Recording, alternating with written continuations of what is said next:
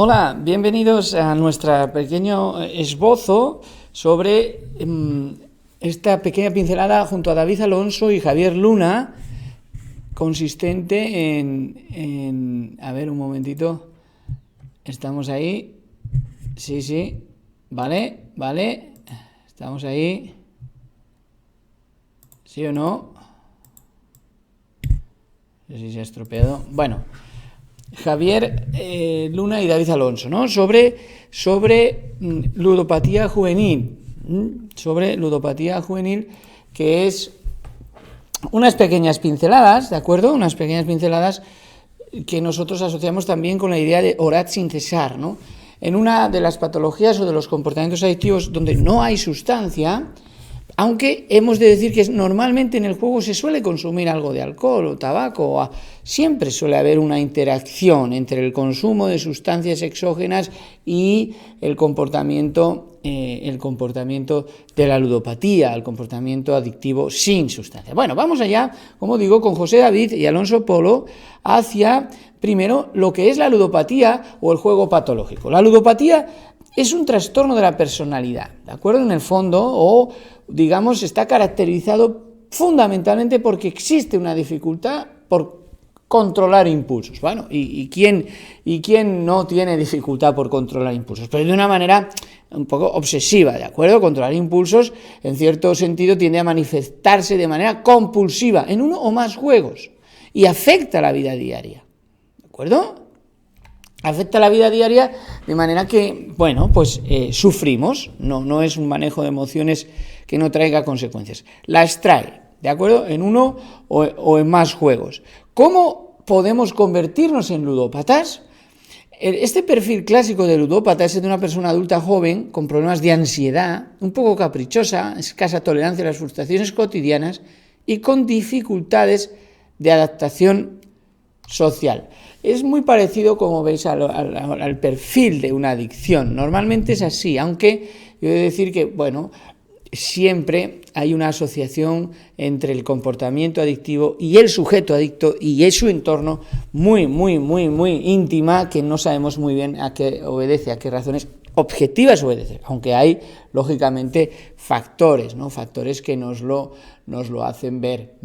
Pero es importante conocer que es muy parecido a las otras adicciones. El apoyo familiar es fundamental, como decimos, en la ludopatía y en cualquier adicción, sin duda, aunque también la familia es un factor de riesgo, como decíamos ayer. Entonces, importante que no se visiten salas de juegos, cafés de internet, donde se pueda tener acceso a juegos online, a pesar de no pasar cerca de ellas, incluso paciencia, confianza en la persona, que puede ayudar mucho al ludópata a superar la adicción al juego, indudablemente, pero nosotros somos partidarios de ir más allá, no solo de la abstinencia, sino también de cómo conseguir una vida totalmente recuperada, ¿no? Recuperada de este tipo de comportamientos. ¿Cuáles son los principales factores de riesgo? Vale, la historia familiar que tiene la problemática con el juego, los modelos de aprendizaje, el hecho de que jugar pueda ser bien visto por parte de la familia, predispone, ¿no? Por otra parte, los trastornos del estado de ánimo, como una depresión, o trastornos de la personalidad también.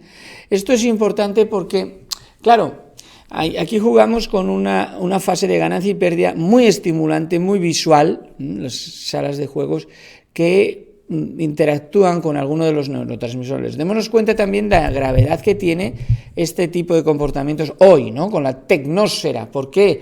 Porque, lógicamente, ha habido una explosión en cuanto a la manera de relacionarnos y de relacionarse con el juego. Bien, el consumo de sustancias o juegos con apuestas en una edad joven también puede ser una predisposición a otras adicciones, ¿no? Que puedan venir. Rasgos de la personalidad pueden ayudar, situaciones estresantes, como decíamos, la depresión o como la ansiedad, ¿de acuerdo? ¿Cuáles son las fases que experimenta una adicción a la ludopatía? La persona comenzará por curiosidad, para conocer lugares nuevos, para jugar, el jugador social, el jugador ocasional, ¿no? O el jugador, digamos, que empieza su primer contacto, ¿no? Después pasa a una fase en la que es experimental, ya se conoce el lugar o el entorno o el patrón de juego, y pasamos de una primera toma de contacto a ya una experiencia, ¿de acuerdo? A ya una experiencia, ¿sí? Para pasar de un uso inicial, un uso experimental, a un uso ocasional. Ya empezamos a abandonar obligaciones, los familiares se resiente la familia, se invierte en tiempo ilimitado y se comienza ya a reiterar las visitas del lugar del juego para finalmente el uso habitual, donde la frecuencia y las relaciones sociales aumentan. Démonos cuenta algo importante, esto ocurre también para el comportamiento adictivo en los videojuegos, ocurre también el comportamiento adictivo en las compras, aunque cada uno de estos comportamientos tiene su propio estética y ética, diríamos, en el juego, pues bueno, obedece a algo así, ¿sí? El abuso dentro de esta fase, obviamente se pierde el valor del dinero, el sentido, no es que la persona no sepa lo que vale el dinero, sino que en esos momentos lo pierde el juicio de razón sobre el valor del dinero, y el juego realmente se puede generar incluso problemas legales. La patología finalmente pasa a dominar al sujeto y la adicción queda instalada en el propio sistema de recuperación, promesa, caída, ¿sí? ¿Cómo se puede entonces, digamos, prevenir la ludopatía?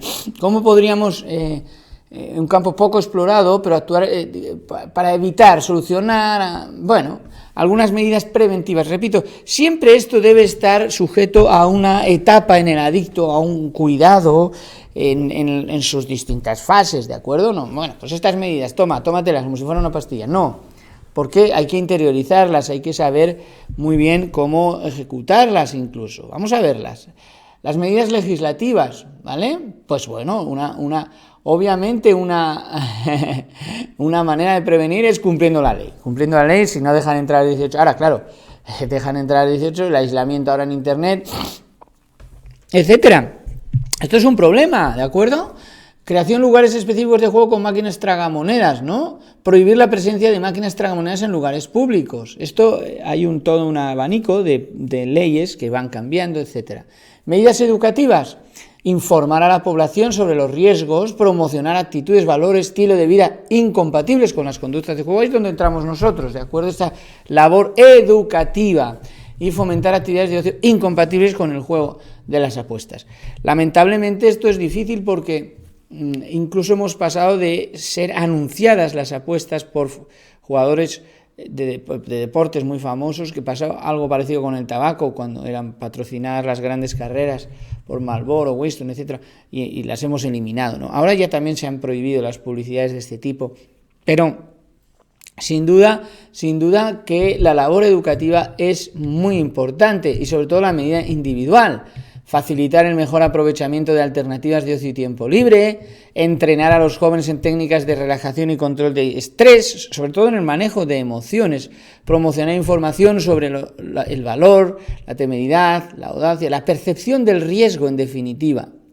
Entonces, los familiares, las personas que allegadas al jugador, deben reconocer que no pueden resolver, controlar o curar a la persona con problemas de juego por sí mismas, ¿no? Sino que tienen que buscar ayuda. Es decir, pórtate bien y ya está. No, pero bueno, tú eres tonto, que es que no ves lo que está pasando, es que te estás gastando todo el mes. Incluso en los jueguitos que aparecen en nuestros móviles, muy sencillos, que ni siquiera cuesta nada descargarlos, y aparece incluso una pérdida de ganancia. Y ni siquiera una pérdida monetaria, en dinero también, ¿de acuerdo? Puede ser una pérdida en el tiempo, en la autoestima. Fortnite es uno de los juegos más adictivos del mundo. Y no vas comprando monigotes, pero no necesariamente es el típico juego de azar antiguo. Sin embargo, tiene algunas problemáticas. Como conclusiones, estamos terminando ya. Una enfermedad adictiva en la que el sujeto es empujado por un aparente incontrolable y abrumador impulso de jugar, ¿no? Aparentemente. Ese impulso persiste y progresa en intensidad y urgencia, consumiendo cada vez más tiempo y energía y recursos emocionales y materiales de que dispone la persona. Y finalmente invada, socava y a menudo destruye todo lo que es significativo en la vida de la persona que padece la ludopatía. Es terrible, pero no es imposible, ¿de acuerdo? Hay que trabajar este tipo de impulso que viene, va, sube, baja, con una estrategia. Y es un mal, la ludopatía, que acecha con rapidez a la sociedad moderna, sobre todo hoy, con el dinero, con la búsqueda de la felicidad, con los patrones de éxito que existen, ¿no? El casino. Recordad el famoso casino, el juego, el poder que esto da. Recordad que hay jugadores, hay personas con un alto poder adquisitivo que han tenido problemas con el juego, sin ir más lejos. Michael Jordan, ¿no? Conoceréis ese famoso jugador de baloncesto. Bueno, pues sin duda que no es fácil, sobre todo habría que tratar esas fases de pérdida, de ganancia, esa compensación, esa teoría de la retribución. Bueno, no pasa nada, esta vez lo recuperaré. ¿Qué pasa con los estímulos directos e indirectos? Pero en definitiva, este tipo de comportamientos adictivos de siempre, con el bingo, antiguamente, han penetrado hoy en las mentes de nuestros más jóvenes a través de la tecnología y se hace muy difícil, ya es un problema de orden de salud ya normalizado, es decir, ha aumentado tantísimo las apuestas online, jovencitos, que obedece ya a un problema de salud. Nosotros intentamos educar. La labor educativa es muy importante, sin que necesariamente haya este problema de adicciones. Así que gracias y seguiremos con más contenido en los próximos días.